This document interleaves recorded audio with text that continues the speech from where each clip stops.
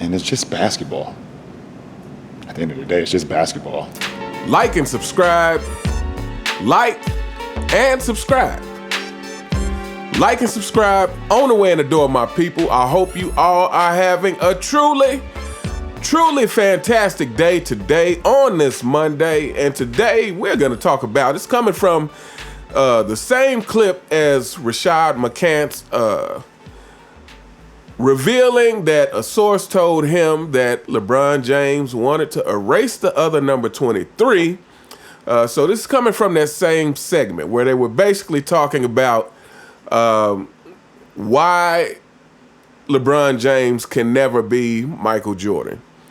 And so this segment, you know, Gilbert Arenas is kind of trying to explain to Brandon Jennings the impact that Michael Jordan had during that era. Why it was so impactful. You know, they had never seen a player that encompasses all things in one package, basically. From the gameplay to the clutchness, you know, to the charisma, to everything that is Michael Jordan. He's trying to explain this to Brandon Jennings, and I think the point of him saying this was to try to explain to Brandon the feeling that Michael Jordan gave people. He was like, you can never replace that feeling that Michael Jordan gave people. And for those of us who grew up in the 90s, we understand completely. Now, for somebody like Brandon Jennings, you know, if you didn't grow up back then, you could never fully grasp what that was like. Even watching something like The Last Dance, as great as it was, you can never fully grasp, again, what it was like to grow up during that time when one player made the whole world want to play basketball, essentially. You know, is when we say things like everyone was playing basketball back then and every court in the city was full. You know, the younger generation might think we're exaggerating by this, but this is not an exaggeration. During the Jordan era, literally, you could go to any court in the city, and I'm talking about inside or outside, you know, and every court had games running on it. And this is pretty much, you know, if you were in school back then, this is pretty much from the time you got out of school, you know, till, you know, you went to bed. It was always games running. And like I said, depending on where you were, like we had a court called Just for Feet, where it was a full court in the back of this shoe store. And they would run, I mean, you could run games to 3, 4, 5 in the morning a lot of times, especially on weekends. Like literally basketball all day from the morning into the morning again. So yeah. So Gil's Arena is trying to explain this, and then Brandon Jennings says something that I think really shows why this generation didn't reach its full potential of greatness. You know, it doesn't matter who you name, really. And I'm not saying that there are not players in this generation who's done great things. You know, Steph Curry, Giannis, Jokic, you know, the list goes on. It's plenty of talented players in this generation. But I would say I can't think of any player that really maximized what they could do. And I believe Brandon Jennings exposes this in this clip. So let's check this out. Then you have a guy who came in. You have the Anthony Edwards type. Yep. And he has the flair, the style, talking, competitiveness, the game winning, right? Remember, Michael Jordan is the reason everybody else's greatness is compared to, right? Oh, you didn't hit game winners like, you didn't hit game winners like Matt Johnson. Or Dominique Wilkins. You didn't hit game winners. Like, there's a nigga named Mr. Clutch, but nobody is referenced to him. Yeah. Mm-hmm, mm-hmm. No, clutchness is not to Jerry West. It's to Michael Jordan. Mm-hmm. Right? So he was, when they seen it, it was like, oh, this is the standard of super mega star, and we want it. Shit, we felt like that with LeBron at 18. $100 million out of high school, 18. Who is we? That's what bro, you. That's my era, bro. That's my era. Who is we? Your era. My era. Yeah. Seeing LeBron James get drafted at 18. Like, That's why y'all ears cooked. That's why y'all like ears ESPN, cooked. everything. Y'all ears cooked like scrambled eggs. Our ears ain't cooked. The nigga's so famous. Our ears turned up way more. Y'all air got ADHD. Our air is way more turned up because of air him, got ADHD. Y'all can't even Our focus. air is way more turned up. We way more business minded than y'all. I'm gonna tell you. Hey, you're not focused on the game. That's why. I'm gonna tell you something. we way more. This is business. And so Rashad McCants, as usual, telling the truth to Brandon Jennings. So you heard the clip. And so the first thing that Brandon Jennings leads with, because he's trying to say, hey, we felt the same way about LeBron. And the first thing he leads with is that LeBron James had this $100 million contract coming right out of high school. And then he goes on to say, our generation is way more turned up because we're more, financially knowledgeable or whatever. And Brandon Jennings, let me tell you, this is why you already lost the argument. This is why your false king will never, ever be close to what Michael Jordan was. And this because if the passion of the game is not what's driving you, you've already lost. And like I said, I do this channel for the younger generation because I feel like it's very important that they understand what they're seeing from mainstream media is not only not the truth, but will be detrimental to having a fulfilled life, because money is not what's going to fulfill you. If money is what fulfilled you, LeBron James wouldn't be begging for his respect. I mean, can we be honest about this? Fanboys, in the comments. I know it's hard for you to admit anything, but let's be real about this. Deep down inside, if LeBron James, if money was where it was at, if money is the end-all be-all, if this is what it was all about, according to Brandon Jennings, because this is what he bought up, the money. $100 million contract out of high school, and this generation is way more financially literate. If this was the end-all be-all, LeBron James would not be begging for his respect. LeBron James would not be calling himself the GOAT.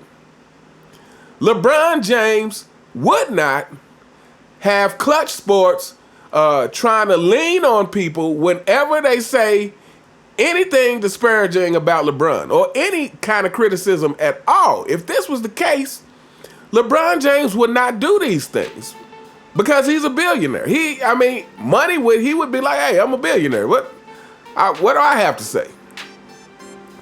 Why do I need to beg people for my respect? This is how he would feel. But money isn't the end all. And here's another thing. This is a direct contrast to Michael Jordan, who you never hear come out on social media and say anything to defend himself from you, the ridiculous fanboys, making up stuff like, oh, Michael Jordan couldn't go left, and Michael Jordan couldn't do this, and Michael Jordan played against plumbers. All this false stuff that you guys like to try to say to defend your false king. Michael Jordan never comes out and says anything. Why? Because Michael Jordan actually is content. And it's not because he's a billionaire. It's because Michael Jordan knows, hey, I played the game the right way. I did what I accomplished, what I would like to in basketball. I won. I competed hard. I did all these things. I didn't cheat the game. And so Michael Jordan is comfortable. Michael Jordan is respected because he wasn't about the money. Again, when the whole thing was Scottie Pippen and Pippen getting himself into the bad contract and, and trying to force upper management to, renegotiate and whatnot, Michael Jordan said, hey, look, play the game, keep winning, and you will eventually get your payday. Because people keep forgetting, like Michael Jordan wasn't making a lot of money for years. And right away when he came into the league, again, he was a superstar instantly. Not only in Chicago, not just increasing attendance in Chicago, but just increasing revenue for the league. Michael Jordan was a superstar immediately. His second year, dropping 63 in Boston Garden. But Michael Jordan wasn't playing for the money. Michael Jordan felt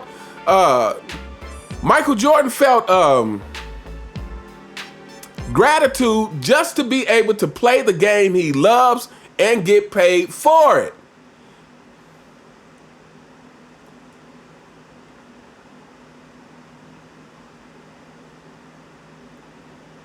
So Michael Jordan doesn't have to do all these things that the Deer does, that Elmer James does, because apparently he's the glue. Shout out to at Shifting to Success. But yeah, so yeah, when money is the foundation of what you're trying to do, you are not focused on the thing that really matters. And this is the paradox of these players. This is why they feel so unsettled, because they want the respect of previous generations of basketball players, but they're not doing what the previous generation did.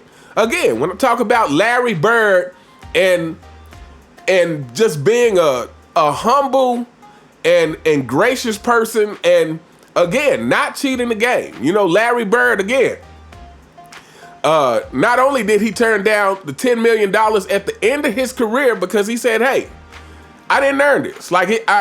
My back has been bad for the last few years. And when Larry Bird retired, he said that he actually felt great about retiring because he was in that much excruciating pain. But he turned down the $10 million that they offered him because he said, I didn't earn this. I can't take this. Larry Bird, who in Boston, people say you could drive past his house and see him mowing his yard. Larry Bird, who had that back injury to begin with because he was paving his mother's driveway instead of paying someone else to do it. These players back then played for the love of the game first. And another thing Rashad McCants said, he said, yeah, your generation has ADHD. And this is a fact. It's like these NBA players are trying to do 2 million things during the season. They got podcasts on, they taking trips everywhere, they appearing on each other's podcasts. It's like, you guys are not focused on basketball. So why do you think you could ever earn that same kind of respect? How do you think you could actually maximize what you do when somebody like Kobe Bryant, all he did, during his NBA career is focus on basketball? How could you ever measure up to that?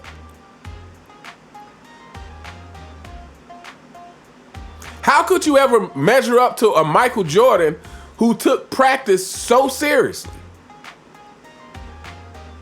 If what you're thinking about is money, and again, everything LeBron James does, with these options in the contracts and all these things is about either A, trying to force the management's hand to do what LeBron James does best, and that's not build anything. That's trying to take a shortcut. Oh, we didn't win this season.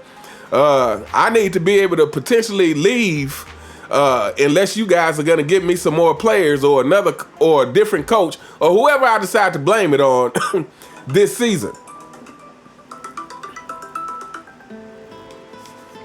Sorry about that. But yeah, these guys are more worried about their contracts than anything else. And here it is. For the younger generation and for you ridiculous fanboys who, support your king, let me tell you this, because this is something that this current generation doesn't seem to understand. And we're going to wrap this video up here in a second. This is something that the current generation doesn't seem to understand. You cannot have it all. You cannot have it all. Life doesn't work that way. Life is about trade-offs. And some of it is in ways that you wouldn't think. But so I think everyone understands that in order to gain some things, you have to sacrifice some things. That is just how it is. If you want to be great at something, you're sacrificing your time. You're sacrificing time with your loved ones. You're sacrificing time with friends, maybe to do other things that you want to do. You have to make sacrifices. But here's something else. Is that it applies to what you focus on as well. It also applies to what you focus on. You cannot be a tunnel vision about 20 million things. In other words, if you're focused on the money, if this is where your focus is, you are not going to be as focused on the game as necessary to become the kind of player that you want to have the credit for being. You're just not going to be able to do that. If you are focused on money, then fine. Focus on your money, get as much money as possible and be okay with that. But the players who live forever, and let's take it outside of basketball. The greatest people usually of anything, it doesn't matter if we're talking about basketball, music, again, computers, whether you talk about Bill Gates, and those people are driven by a passion for something. They're not driven by the money. When you're talking about Michael Jackson, who is still the greatest pop singer to ever live, the greatest to ever live, he was driven by the passion for music. When you talk about Mike Tyson, who is arguably the greatest boxer to ever live, and definitely top 3, I would say for sure. Next to Ali and maybe I don't know who else you would put in that top 3. Could be somebody older or newer, but when you talk about Mike Tyson has a passion for boxing. When you talk about Michael Jordan, he had a passion for basketball. That is what drove him. Not only just a passion for basketball, but a passion for the fundamental behind sports, which is competition. And you can't do both. You can't be as passionate about the money as you are about the game. You got to choose one. You can't have it all. You have to be tunnel vision about one of those things, and everything else has to fall is secondary. So if money is your focus, again, this is what Brandon Jennings has said, and whether Brandon Jennings ever said it or not, we all know this. Michael Jordan said this in an interview on Oprah Winfrey. And he was basically saying that this was going to happen. When you start paying players so much money before they've proved anything, what's the incentive to keep getting better? To really be tunnel vision about your game. But I would actually go even further than that, though. And obviously a lot of that is the generation that it's just an entitled generation. But I also believe that some of it just comes down to the person theirself, the person themselves. Michael Jordan is just that kind of person. Again, because we had Scotty, who was very worried about the money. Scotty was thinking about getting paid. Michael Jordan always felt that, hey, as long as I play this game with integrity and not cheat the game, I will eventually get what's coming to me. This is how Michael Jordan, you can go back through countless interviews. If people have seen some of the old tapes of Come Fly With Me and some of these old documentaries, Michael Jordan has been consistent throughout his career in saying that. So yeah, fanboys, your generation was doomed from the get-go. You guys are focused on money, but you think that you can have this mentality and still achieve the level of greatness that you want to achieve. No, it doesn't work like that. It comes at a cost. So if your focus is money, then your focus is not on the game. This has been very evident by LeBron James' lack of growth.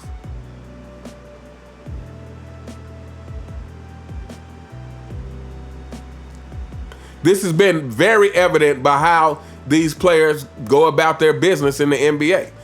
James Harden forcing his way out of situations and that kind of thing. It's just about ring chasing and trying to collect as much money as possible.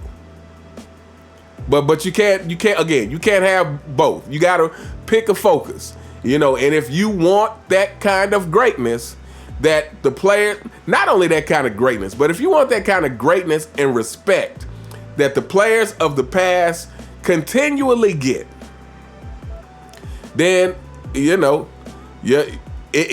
can't be focused on the money, because these players of the past weren't focused on the money. Hopefully this makes sense to you fanboys. Hopefully this makes sense to the younger generation, that you have to, number one, if you will get to the money if you do whatever you're doing with integrity. You will get to the money. And I'm not saying you can't be aware about the business side. Like, you need to know what's going on with business, but simply making as much money as possible should not be your focus. It needs to be being as great at that thing that you do as possible. And again, it's shown time and time again that those people wind up making more money than everybody. But anyway, we gonna hold up here. Let me know what you guys think in the comments. What did you think of Brandon Jennings' comments about, saying, oh, our era was just as lit. LeBron James had $100 million contract straight out of high school, and we're way more financially literate. And what did you think of Brandon Jennings saying that? Do you think that these players are capable of being so focused on the money and yet still reaching their full potential in basketball? Or do you think there's a trade-off, and if you are focused on the money, you cannot be focused on basketball in the same way? I think the answer to that question is very obvious. Let me know what you guys think in the comments. You all have a truly, truly fantastic day, and I'll see you next time. All right.